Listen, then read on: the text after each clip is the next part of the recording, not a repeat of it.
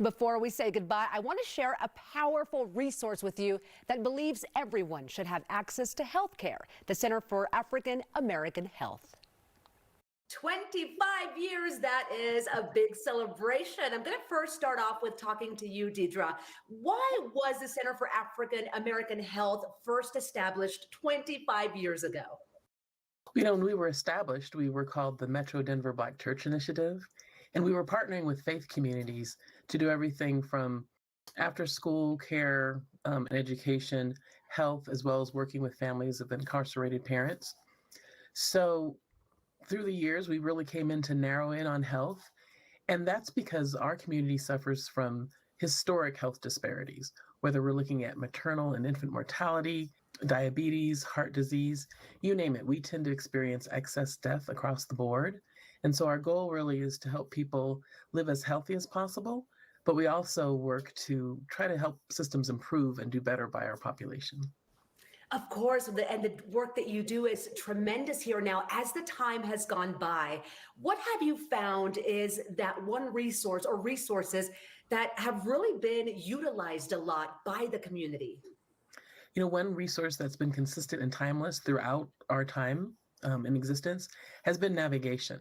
Anyone can come to us, and while we may not have a particular class or program or service, we always help navigate them to where they need to go to get the services that they need. So really having that support for folks as they figure out how to get the services and supports they need to be healthy. Sure. Now, Dr. Oz is with us this morning as well. Dr. Oz, I have a question for you regarding COVID. Now, since it began, the center established itself as a resource for vaccinations and really helping people out there.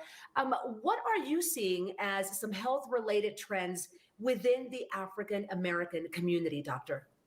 Yeah, the biggest one that we've seen since COVID began is really the decrease in life expectancy for the Black community.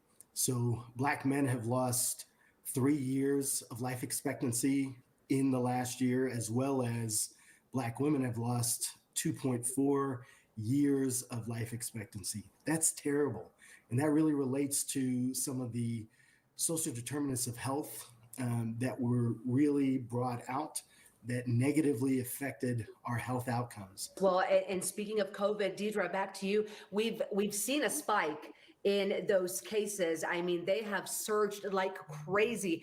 Let's talk about how that's impacted the African American community. Now, I know there's been some questions or hesitancy when it comes to the vaccine and the booster. Why is that?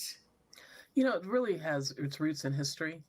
Now, to be honest, when I started really focusing in on this when the pandemic first started, no community has a great vaccination record. In fact, the highest even among white Americans has always been like 60%. So there's always been a challenge.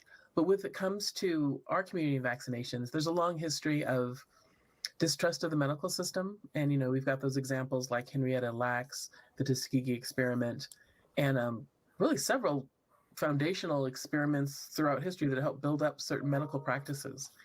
And not only is that something we try to dispel, but we really are trying to educate people. Here's what it is, here's what it isn't. Let people know that there were actually African-American doctors involved in the creation of the vaccinations. And what's been really helpful, and I have a huge thank you to Dr. Granardo and other doctors who work with us, having community members being able to ask doctors their questions and concerns and just constantly try to get over that hesitancy. Back to you, Dr. Oz. Say someone in your household has tested positive.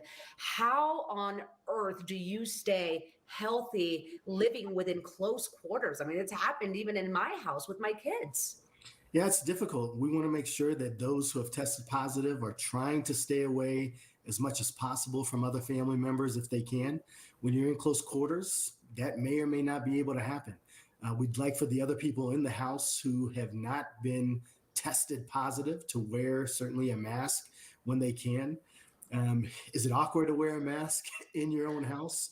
Yes, but when you are dealing with trying to prevent yourself from actually getting the virus, That's one of the best ways that we can do actually prevent it.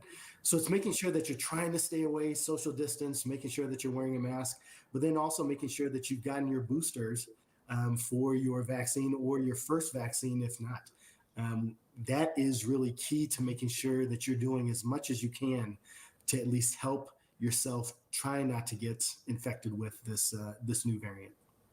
Got it. Well, thank you so much to the both of you for being with us today. Get updates and more info online at caahealth.org, or you can call 303-355-3423.